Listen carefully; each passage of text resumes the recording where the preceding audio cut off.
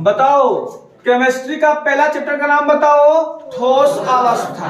बताओ ठोस अवस्था। तो ठोस अवस्था के बारे में हम डिटेल पढ़ाएंगे। उससे पहले बता दें कि जितने भी इस धरती पर पदार्थ हैं उनको भौतिक अवस्थाओं के आधार पर कितने भागों में बांटा गया है? 3। पहला बताओ ठोस, दूसरा बताओ और तीसरा बताओ। क्या 2 अन्य अवस्थाओं के बारे में पता चला है? बताओ, पहला बताओ प्लाज्मा और दूसरा बताओ। इस तरीके से कुल कितनी अवस्थाएं हैं? 5। हम लोग के सिलेबस में बस कितनी है? 3, जिसमें से द्रव और गैस अवस्था क्लास 11 का सिलेबस है और ठोस अवस्था क्लास 12 का सिलेबस है। अगर अच्छा मैं एक बात बता दूं, कोई भी पदार्थ हो वो या तो परमाणुओं से मिलकर बन सकता है, या तो आयनों से मिलकर बन सकता है, और या तो अणुओं से। तो आयनों को, परमाणुओं को और अणुओं को क्या बोलते हैं? अवयवी कण। तो मेरे मुख से अवयवी कण निकले, तुम लोग क्या समझोगे? परमाणु, आयन या अणु। इस बात का ध्यान रखना, अवयवी कण का मतलब होता है परमाणु, आयन या अणु। हम लोग परमाणुओं को, आयनों को या अणु को हम लोग ठोस गोले से निरूपित करेंगे इस पूरे चैप्टर में।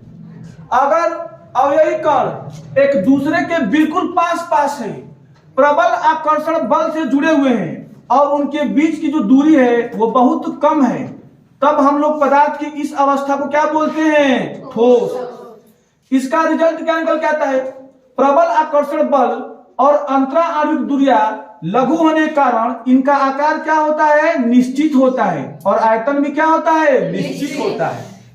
तो पदार्थ की वह अवस्था जिसमें आकार और आयतन निश्चित होते हैं उस अवस्था को क्या बोलते हैं? ठोस। द्रव अवस्था में ठोस की तुलना में थोड़ा बहुत उनके बीच में क्या होता है? गैप होता है, और वह एक दूसरे से स्वतंत्र रूप से थोड़ा बहुत गति कर सकते हैं। ठोस की तुलना में द्रव में थोड़ा आकर्षण बल इनकी तुलना में कम लगता है। ऐसा नहीं है कि जो है पूरा लगता ही नहीं, लगता है आकर्षण बल प्रबल होता है, लेकिन बस ठोस की तुलना में कम होता है। इसके कारण वो अपने स्थिति के चारों ओर स्वतंत्र रूप से थोड़ा बहुत गति कर सकते हैं। नतीजा, आयतन तो निश्चित होता है लेकिन इनका आकार निश्चित नहीं होता है। 1 लीटर द्रव है, चाहे बाल्टी में रखो, चाहे मग्गे में रखो, चाहे भगोना में रखो, 1 ही लीटर रहेगा, लेकिन आकार बदल जाएगा। बाल्टी में रखोगे तो बाल्टी का रूप धारण कर लेगा, मग्गे में रखोगे तो मग्गे का रूप लेगा। मतलब कि आकार अनिश्चित है लेकिन आयतन निश्चित है। और पदार्थ की वह अवस्था जिसमें आकार निश्चित नहीं होता है, आयतन निश्चित होता है, उसको क्या बोलते हैं? द्रव अवस्था। गैस अवस्था में तो ना तो ये लोग एक दूसरे से प्रबल आकर्षण बल से जुड़े होते हैं, नतीजा ये दुर्बल आकर्षण बल से जुड़े होते हैं। एक दूसरे के चारों ओर स्वतंत्र रूप से गति करते हैं, और एक दूसरे के चारों ओर स्वतंत्र रूप से गति करते हैं तो ना इनका आकार फिक्स हो पाता है और ना ही इनका आयतन फिक्स हो पाता है। तो पदार्थ की वह अवस्था जिसमें ना तो आकार निश्चित हो ना ही आयतन निश्चित हो, दोनों अनिश्चित हो, तो पदार्थ की इस अवस्था को क्या बोलते हैं? गैस अवस्था।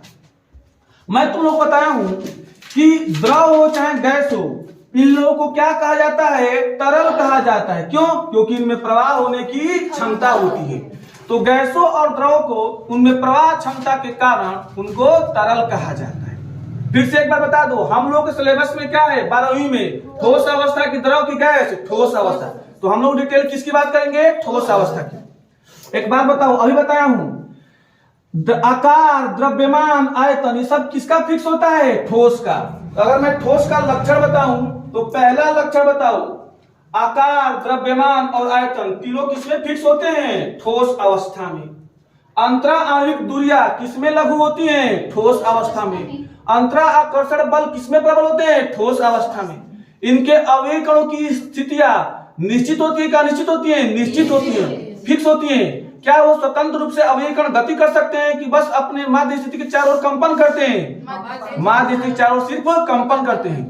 अच्छा एक बात बताओ, हाँ बताओ, गैस को देखो, गैस को मैं चाहूं तो इसको दबा करके इनके अणुओं को मैं पास पास ला सकता हूं। मतलब ये लोग संपिंड के असंपिंड, संपिंड, इनको दबा करके इनके आयतन को कम किया सकता है। द्रव को भी थोड़ा बहुत दबा करके इनके थोड़ा सा आयतन को हम लोग कम कर सकते हैं। लेकिन ठोस अवस्था में ये लोग ऑलरेडी बिल्कुल पास पास हैं, इनको और दबा करके इनके आयतन को और कम नहीं किया सकता है। मतलब कि समपिंड की असमपिंड और सबसे कठोर कौन होता है? ठोस। तो इनके पांचों के पांचों अभिलक्षण फिर से बताओ। पहला बताओ, निश्चित द्रव्यमान आयतन एवं आकार की होती है। दूसरा बताओ, अंतरा आणविक दूरियां लघु होती है। तीसरा बताओ, अंतरा आणविक बल प्रबल होते हैं, जबकि सबसे दुर्बल किसमें होते हैं? गैस में। चौथा बताओ, उनके अवयवी कणों की स्थितियां निश्चित होती हैं और अपने माध्य स्थिति के चारों ओर सिर्फ क्या करती है? कंपन करते हैं। ठोस समपिंड की असमपिंड। तो यहाँ पर लिखा है ठोस असमपिंड होते हैं और कठोर होते हैं। आगे की वीडियो में हम ठोसों का वर्गीकरण करके दिखाएंगे। ठीक है।